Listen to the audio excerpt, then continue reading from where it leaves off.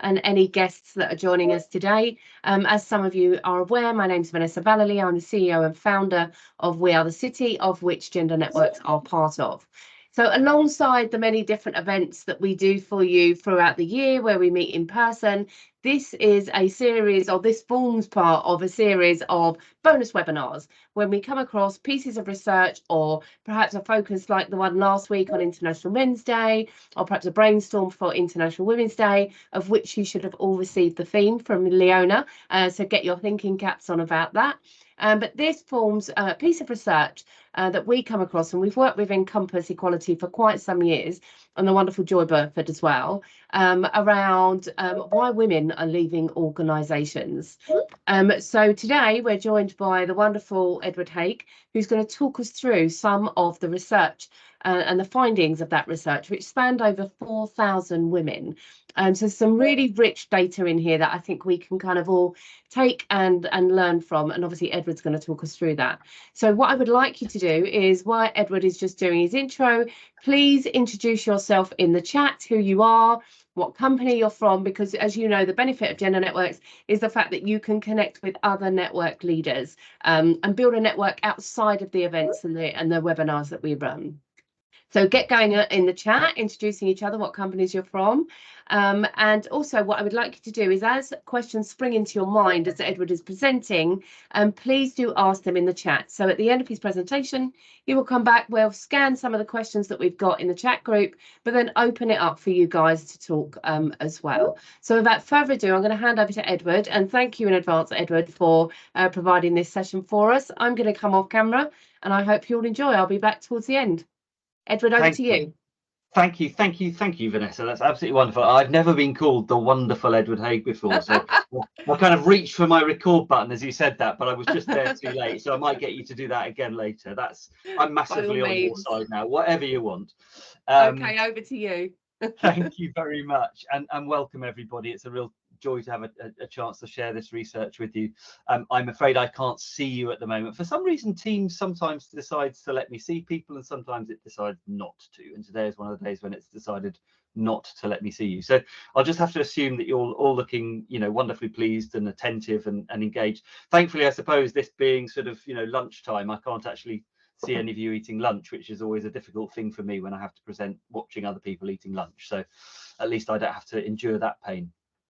So a summary of our research, and I'm going to sort of talk for roughly half an hour, but might try and contain it a little bit less than that if I can, to make sure we leave enough time for questions. But this is research that was originally launched back at the end of July, sponsored by Clifford Chance, to whom we are immensely grateful, as we are indeed to all of you that participated. And I'm sure that many people from within the We Are the City network were part of this. So thank you to anyone that contributed to that. It's really appreciated.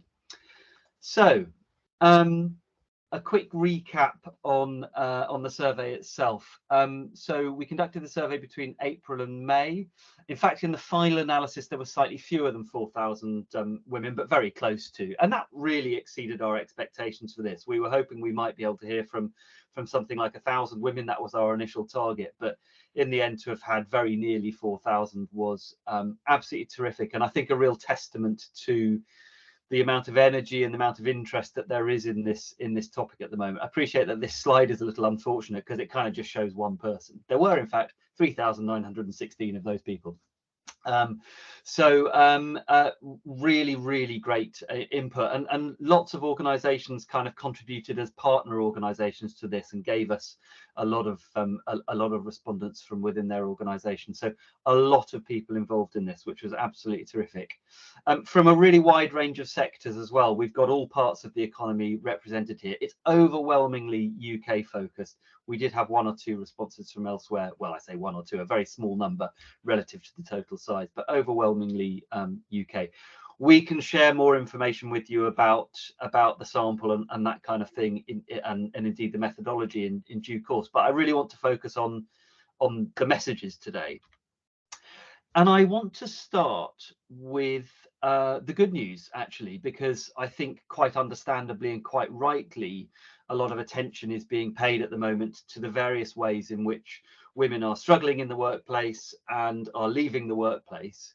And there is clearly a lot that needs to be addressed. And most of what I'm going to talk about today is exactly about that. But it would be remiss of me not to acknowledge that actually one of the things that really shone through very clearly in this piece of research was just the extent to which, for most women, most of the time, work seems to be a really happy place. Actually, there was a lot of really positive data about their experience of work. And just to kind of put some numbers to that before we go any further, so about 2/3 spoke positively about the culture of their organisation. And again, despite a lot of what we hear about culture in organisations, that's a really positive data point, I think. A very similar number spoke positively about their experience of the day-to-day work, what it's like to just do the job that they're paid to do. Nearly 3/4 spoke positively about the support that they get from their line manager, something that I'm sure you already understand to be important and will show through the course of this session to be absolutely critical. Fully 3/4 spoke positively about their ability to work flexibly from the perspective of location. We divided flexibility into two components. There was where people can work and there was how people can work, in terms of changing their working practices and working hours, things like job sharing and compressed hours and part-time working and 9-day fortnights, those kind of things, because we've seen quite a lot of different data in respect of those two different dimensions. But at least in terms of where people can work, people are generally hugely positive. I mean, I think that would have been very different pre-pandemic, but people now really, really much happier about, or pretty happy, I should say. We don't know whether they were less happy, but we can assume they were, about where they can work. And 82%, a really, really significant number, speaking positively about the team that they work with. I have to say, personally, this was one of the most heartening pieces of data that we found in the whole research, was just how positive people tend to be about the team immediately around them, even in situations where everything is going wrong elsewhere, where they're dealing with really kind of toxic company culture, or where they're dealing with a problem line manager or whatever it is. People so often still remain positive about the team that they work with. And in fact, there's growing evidence to support the idea that they are often very positive about their team in response to those negative things elsewhere. There's a real sense that even in a sort of negative, toxic, wider culture, teams kind of bandy around each other and sort of create their own set of values and their own sense of kind of ethos and culture, which I find to be a really heartening part of this research. So there's a lot of really, really positive data here before we go any further, that I think it's really important for us to bear in mind. Nevertheless, as you've probably already seen in the kind of trail for this session, the average respondent to our survey told us that they were 38% likely to leave their organisation in the next 2 years. Now, we asked about 2 years rather than 1 year because we were very keen to capture intention as well as committed action. We were concerned that if we said to people, how likely are you to leave in the next year, we might lose people who had basically decided to go, but didn't have any sort of firm plan to do that yet. So we wanted to open up that time frame. In the event, in fact, similar studies that have focused on just 1 year have come up with a very, very similar number to this. So actually, it doesn't seem to make a huge amount of difference. Now, whether you think 38% is high or low, I suppose depends on your perspective. We don't have longitudinal data to compare this with yet. We do hope to do this survey every year from here on, so we will have that data in future.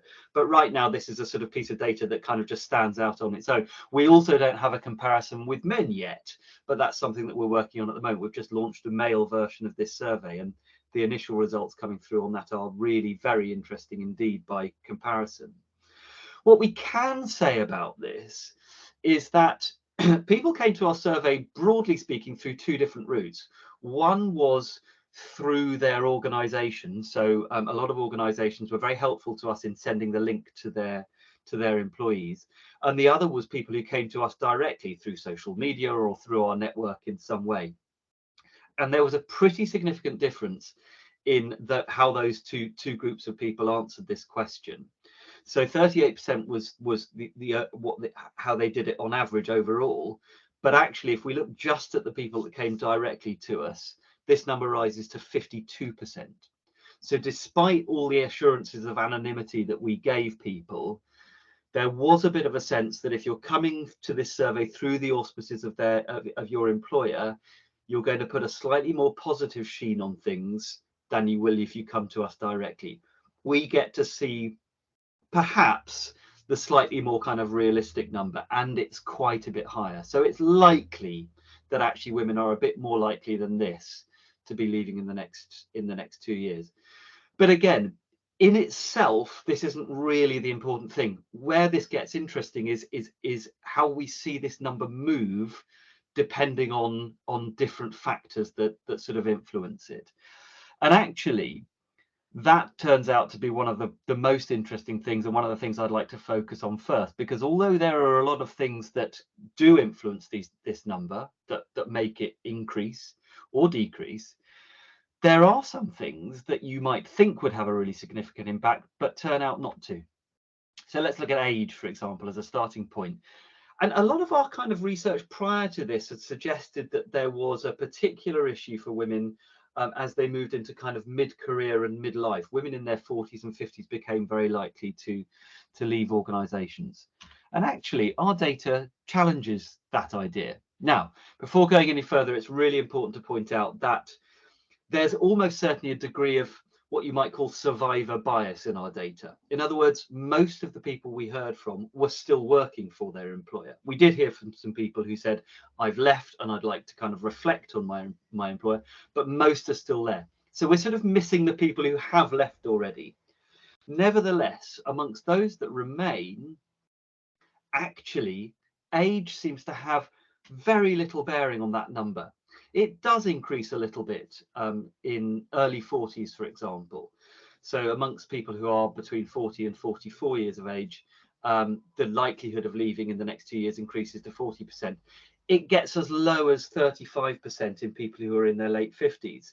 But it never goes higher than 40 and it never goes lower than 35. So there's really not much about age that's actually influencing that number of 38%. Nor, similarly, is there much of a difference depending on whether women have children or don't have children. In fact, women without children are slightly more likely to leave than women with children. But again, there aren't really significant differences here. By the way, I think that speaks quite significantly to the particular situation we face in the UK.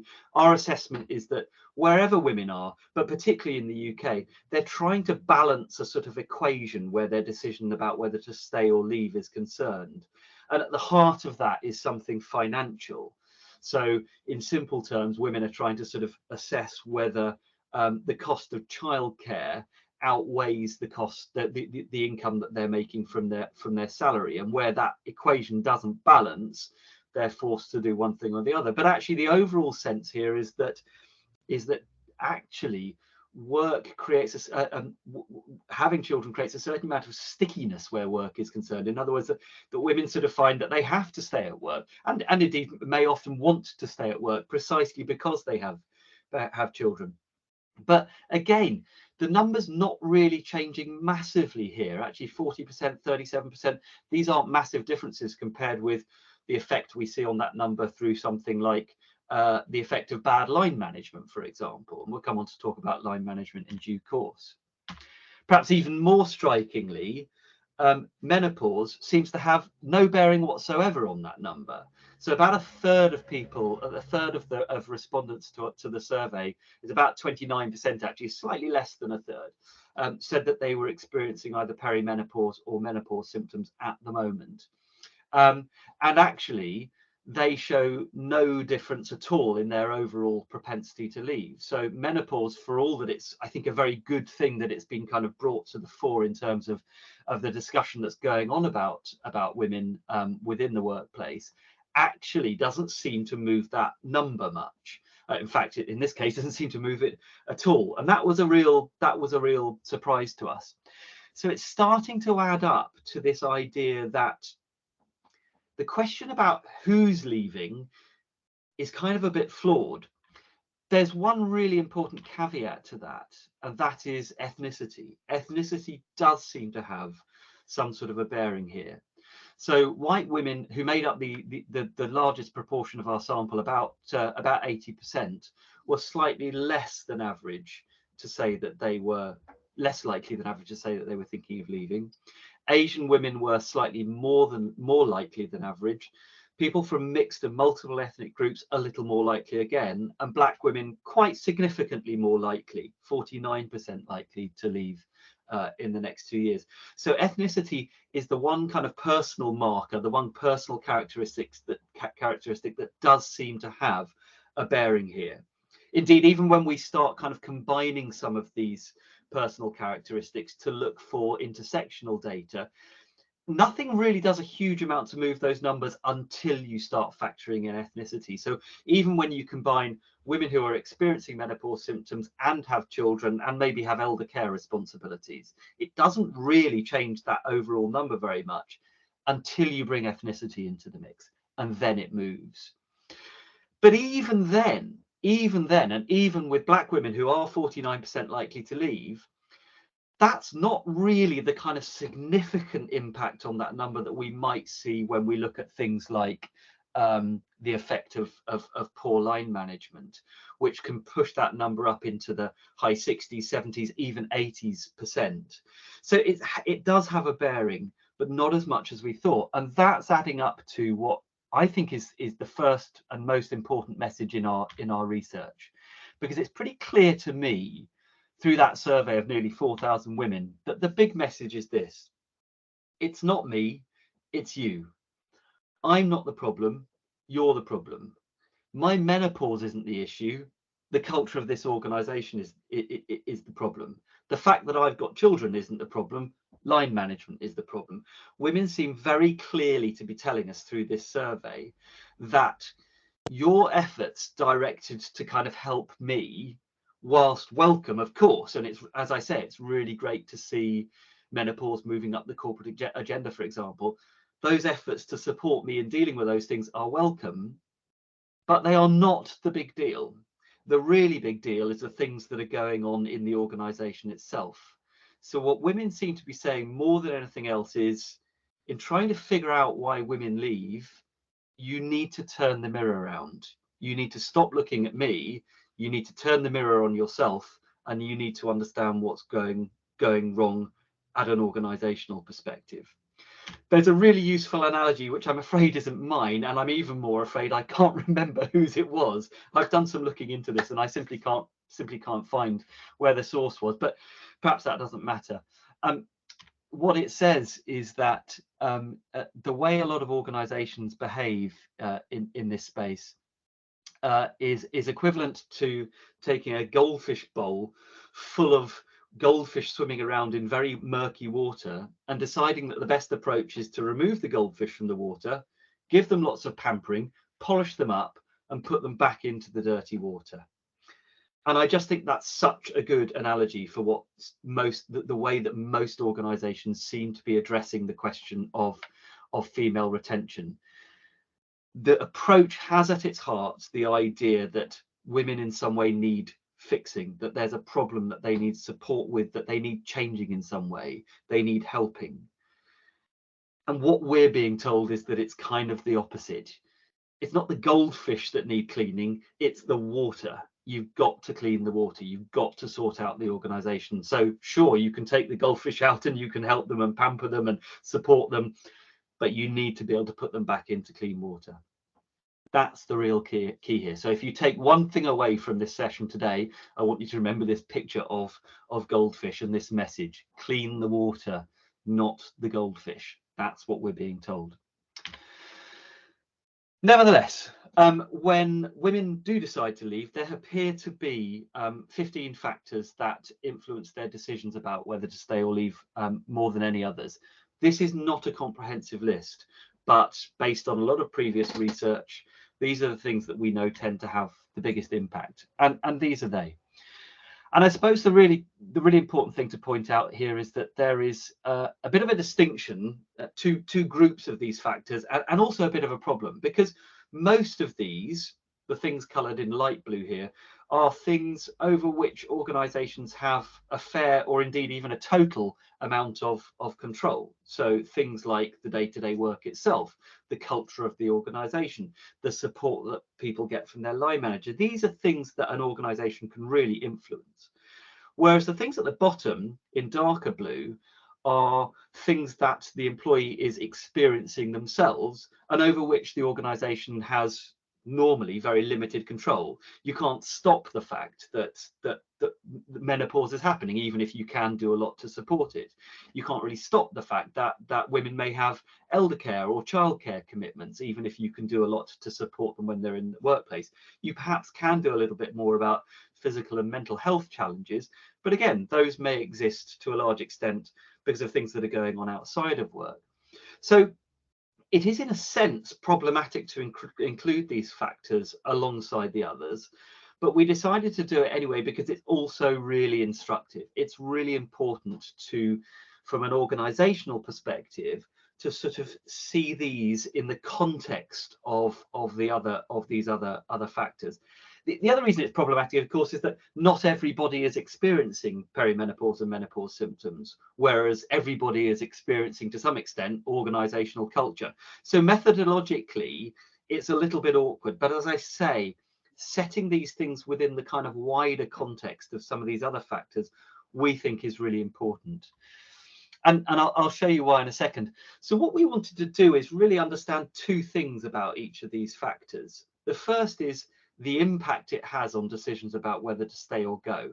How big an impact is it has? Because some things have a relatively big impact and some things have a relatively small impact. All of these things are important to some extent. There are things that we could ask about that may have an impact, but not very much. You know, what's the quality of the water cooler kind of thing? You know, people may say how that has kind of some kind of bearing, but it's likely to be pretty minimal. So how big an impact does it have? And we're going to show that on the vertical axis here. So the nearer something is to the top of this chart, the bigger an impact it has. And how do people feel about it? So the more they're positive about this factor at the moment, the more it's towards the right of this chart, and the more negative they are about it, the more to the left of this chart it sits.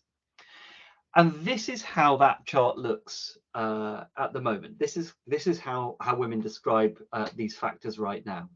So again, the closer to the top, the bigger the impact. The closer to the bottom, the smaller the impact. The more to the right, the more positive people are. And what we're seeing here actually is overwhelmingly a really positive message, which is to say that the more something matters, the more this factor impacts decisions about whether to stay or go, generally speaking, the more positive people are about it. To the point where we've got these factors right out in that top right-hand corner: support from line managers, the team that people work with, things that really matter more than most other things, and about which people are really, you know, generally very positive indeed. But, you know, the picture, as I say, is really kind of tilted in the right direction. Let's just look by contrast at some of those other factors, those kind of more personal factors, things like menopause symptoms, things like elder care commitments, childcare commitments. Now, it's again really important to underline that not everybody is experiencing those. So we've got a little bit of a kind of methodological problem. But again, looked at from an organizational perspective, we can see the kind of relative importance of these factors compared to those others. They are important, but they have less of an impact on decisions about whether to stay or go. They have a negative impact, it's worth saying. So, you know, it's hard to make the case for how increasing childcare commitments can have a positive bearing on decisions about whether to stay or go, but they're not as impactful. Now, even when we start to filter out people who aren't experiencing one of these more personal things. So, for example, if we look only at women who say they are currently experiencing menopause symptoms, that menopause factor does move upwards in this chart. It does assume a greater level of impact. But even amongst those people experiencing menopause symptoms, it is still only the 11th most important factor influencing their decisions about whether to stay or go. 11th. Even when people are experiencing the menopause, what they're saying is, yes, that matters, but more than that, we need to get line management right. More than that, we need to get my experience of the day-to-day work right. We need to get salary and benefits right. We need to get culture right. Just to point out here clearly, things that move into that top left-hand quadrant, where they do, and I'll show you where how that happens in a minute, are things that are effectively in what we would call a high risk zone. These are things that are kind of have a more than average impact on decisions about whether to stay or go, and are viewed negatively. So those are the things that we really need to watch out for. Across the whole sample, there's nothing in that box at the moment, but hopefully that gives you a bit of a sense of, again, across the whole sample, how these things sit relative to each other. Let's now kind of wind that forward in the kind of in the retention story, if you like, and look only at people who say they are at least 75% likely to leave. So these are a group of people we call the leavers, people who are really headed towards the exit door. And if you were to stop those people as they headed towards the exit door and say, why are you leaving? This is kind of the picture that they would start to describe to you. So there hasn't been a huge amount of reordering in terms of the things that have the greatest impact. Generally speaking, that things that are impactful across the whole sample are also the things that are impactful for this group. There is a slightly different order to this. You know, culture seems to have moved up to the point where it's become the single most impactful factor, but the differences aren't huge. Where there's a much greater difference is in the kind of movement from left to right in terms of how people feel about these factors.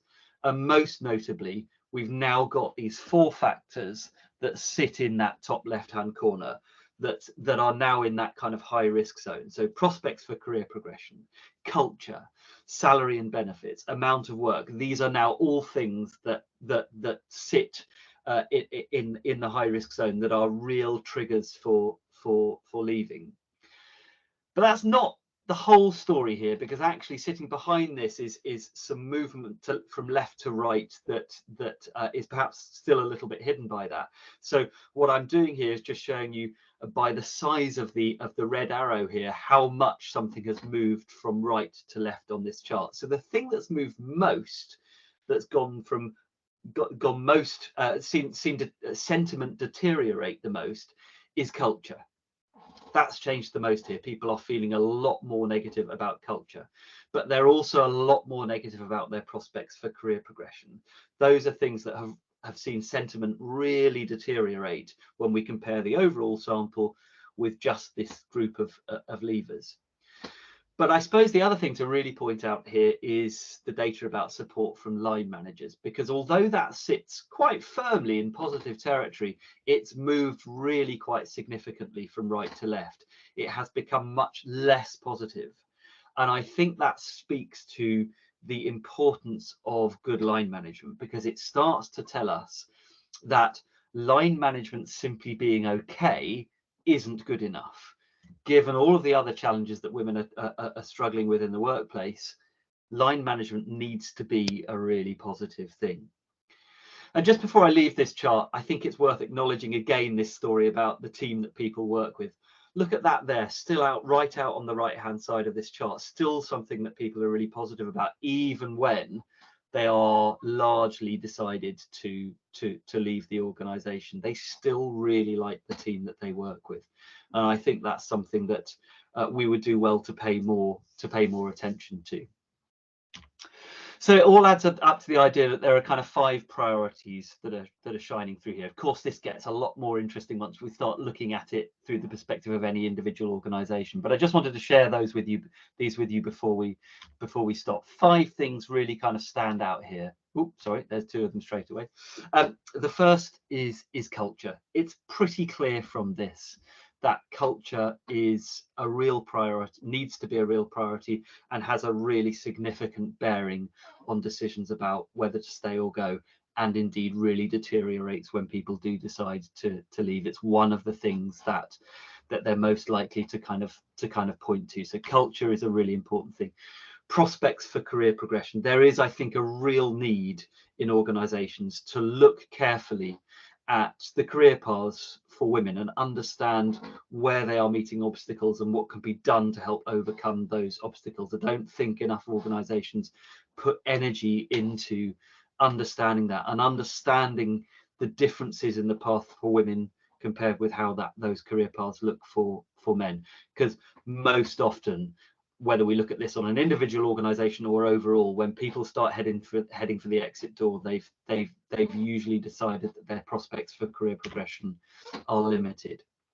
Line management, I hope that shone through on those last couple of charts, really matters, and I think it's really striking just how many organisations still offer their employees huge amounts of kind of training to help them deal with many of the technical aspects of their job, but have this kind of strange assumption that you can simply promote someone into a new role, give them responsibility for line managing a huge number of people, and that they will be completely okay with that they don't need training in how to do that. It's a really glaring omission, I think, in a lot of kind of learning and development. There simply isn't enough attention paid to what good line management looks like, and how line managers deal with women, particularly, who are themselves dealing with a whole range of other issues in their lives, trying to balance work and life. And line managers need to be helped in dealing with that. The day-to-day work itself really matters, just what the experience is like of kind of doing the day-to-day job. And the amount of work that people do. I haven't talked about that yet, but that's a really important factor here. We see a very clear correlation between overwork and propensity to leave. And in really simple terms, the more someone is overworking, the more they are thinking of leaving. And they make very small allowances for the type of work that they're doing, the type of sector that they're in, because we've been challenged on this point by, for example, some law firms who go, well, our people understand that, you know, being a well-paid lawyer will come with an assumption that you need to do a bit more work. Yes, very slightly, but not massively. Actually, not a huge amount of allowance is made for that. The more people are overworking, the more they're thinking of leaving. So these, more than anything else, are the things that organisations need to address. It is fantastic, and it is entirely appropriate and the right time, or long overdue would be another way of putting it, that organisations are finally starting to offer more support around things like menopause. But if they are not looking at these things, if they're not looking at culture, if they're not looking at line management, if they're not willing to overaddress overwork, then they are missing the bigger picture and limiting the effectiveness of all of these other things that they are now doing. So that's it. I probably talked for slightly too long. Just to say, before we flip it over to you for any questions, if you are interested in kind of running this survey within your organisation, many already have, just drop us a note, register your interest. We can send you a survey link. We can run this survey in your organisation, and we can provide you with a kind of personalised view of what I've just shared with you there. So that's it from me for now. Let's turn it over just to see if there are any questions. And again, with my apologies for perhaps running over a little bit there. No, Edward, you're perfect timing, actually, so no worries at all. So Gender Networks members, pop those questions into the chat, or if you fancy it, open up your cameras and you can ask those questions direct. I'm just going to have a quick look through here, Edward. It's a fantastic presentation and so many observations in there, I think, that we can all kind of take away as well. Great. So any questions from any of the Gender Networks members? I think I've got one here while everyone's thinking. There's a question here. I think this is coming from Vanessa Kilburn. Is the premise women opting to leave an organisation or women expecting to be impacted by redundancy? We didn't ask at all about redundancy, and I think that may be an area of particularly interesting inquiry at the moment. We simply don't have data on that, I'm afraid. But Right, okay. It's a really interesting question, I think, particularly at the moment. Yeah. Okay. Anybody else got any questions that you want to put into the chat? Hold on, we've got some more coming in. Okay. Just an observation. Flexibility on location seems to be a real positive impact factor. Would the reverse therefore be true? Take away the Yes. flexibility, it becomes an exit factor. Return to office is high on the agenda, which is what we're hearing for 2024 as well. Which I Yeah, think is madness, but yeah, my opinion. yeah, it's such an interesting point, and I'm really struck by the way I mean it's a tricky debate, this one, and I do get that from an organizational perspective, but time and again when we conduct qualitative research and interview women about their experiences of the workplace, so many have told me that they would not still be working for their organization if it wasn't for everything that had happened in the pandemic and their ability to work from home. That has been pretty transformative for a lot of women. So the answer to that is yes, that dimension of flexibility really does matter. What really interests, and indeed would become an exit factor if it wasn't being done right, what really interests me is that I think a lot of that kind of positive momentum around where people can work from is giving the impression of a cultural commitment to flexibility that in many cases isn't actually there. Why do I say that? Even people who have been given the permission, the ability to work remotely, are finding that when they go to their organization and say, would you be willing to have a conversation about more flexible approaches to the way that I work, in other words, to sort of changing my hours or something like that, are often met by a bit of a stonewall, absolute unwillingness to kind of countenance any discussion along those lines. And that says to me that the commitment to flexibility from a location perspective was a necessity rather than a cultural change. And that's really being shown up, I think, by what happens when people try to have a discussion about other dimensions of flexibility. I don't think that's true in all cases, but I think it is often the case. Right, brilliant. Okay, just interested in that. Are you guys hearing the same around kind of 2024? You know, people going back to the office and stuff like that. Just interested in your observations. Doesn't have to necessarily be from your own companies. So Anna from Oracle asked the question: if men return to the office and women stay work from home, will that create new inequalities? And there's been a lot of talk about that, hasn't there? You know, that lack of visibility in the office, being there for those kind of water cooler conversations, you know, out of sight, out of mind kind of mentality. Yeah. What's your thoughts on that, Edward? Yeah, I'm hearing that concern expressed by a growing number of people, and we don't have data on that, so I can't speak to that really authoritatively, but the kind of growing anecdotal evidence suggests that there, at the very least, is a lot of concern about precisely this thing, and that sort of by extension, this is a pretty reasonable thing to be concerned about. It seems likely that is going to happen. So I think it really takes a very kind of concerted commitment on the part of organizations to recognize that possibility and say, how do we deal with that? How do we stop that happening? It is very difficult, I think, to stop happening, but yeah. How do we do it? Because there may be ways. But also, I think it's just keeping an eye on what the data for around promotions, around pay and stuff like that, and just having that lens, isn't it, on in terms of people that are perhaps not in the office, the people that are kind of there and visible and maybe more vocal and stuff like that. So just companies working a little bit harder. So a couple more questions we've got on here. Was the gender hold on a second. Was the gender balance within the employer organisation considered? E.g., were the results different in male-dominated teams, or were there male-dominated leadership management? I'm not quite sure about that one. As in, maybe I've not read it right. No, I think I understand the basic premise of the question. So we didn't ask people the question about the gender balance of their organisation. So again, I don't have hard data on that. What I can say is that many of the organisations who kind of partnered with us for this research, our conversations with them have allowed us a bit of a kind of extra window onto this.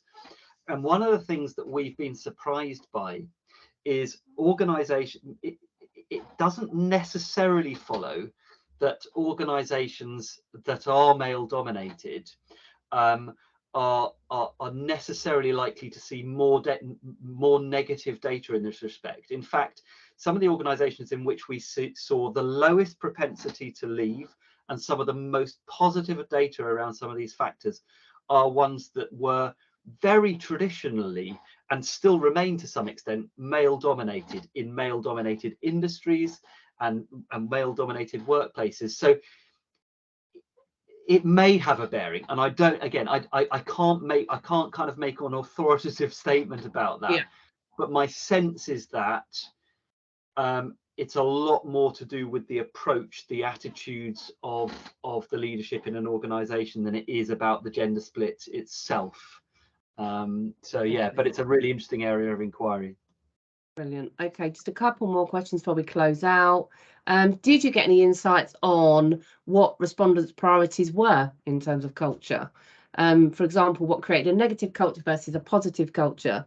And therefore, where should we be focusing on if culture improvement is something, obviously, what we're all after? Yeah, indeed. And this is perhaps the one finding of our research that most obviously kind of gives rise to the need for more research. And I would say that as a researcher. We didn't ask people, just out of necessity in terms of getting through all of those questions, we didn't ask people any kind of deeper questions about culture. So we don't have data on that through this survey. What we have done is some very interesting analysis to see which of those factors correlate with culture. And the biggest message there is that culture correlates with more things than any other single factor in this research. Culture is impacted by a really wide range of things. I think the one thing I would say there, and it's an area that we could talk about in a lot more depth and that we need to research in a lot more depth, but the one thing I would say there is that a culture that places the individual at its heart and the varying needs of the individual, and that acknowledges the profound difference between equity and equality, is, I think, one that seems to be best suited to promoting the retention of women. So in some ways that runs sort of slightly counter to one of the messages that I was putting across at the beginning of this session today, which is that, you know, it's not about the women themselves. Don't think that women need fixing. Absolutely true, but culture does need to take into account that everybody has a very different experience and that people need supporting in different ways, and that equity is really, really critical. But yes, masses more that can be and needs to be done in this respect. Excellent. They're all, every time, equity over equality. That is the journey that we should all be on. So we're going to close up now. Obviously, you mentioned the survey of the men. When is that likely to be out? Because obviously we'll invite you back to tell us the findings, but also it would be really helpful if Gender Networks would help to share that survey, because the more responses we get, the better the data, the richer the kind of recommendations and findings as well. So Edward, when is that due? Yeah, so it's actually out now. We've just been piloting it with one organization, and we've done lots of tests of it, but it is now actually live. So I can forward, excuse me, I can forward that link to you guys at We Are the City, and to anyone else that wants it. So yeah, live now. We haven't set a closing date for it, so for the moment we have plenty of time, but would love anyone to contribute to that, because that contrast is going to be, I think, really, really informative. Brilliant. So what we'll do is we'll get that link out to you. Anyway, again, if you guys can share that, that would be marvellous. So Edward, thank you so much for joining us. And thank you to all of the Gender Networks members that have joined us today. Just a couple of things from us.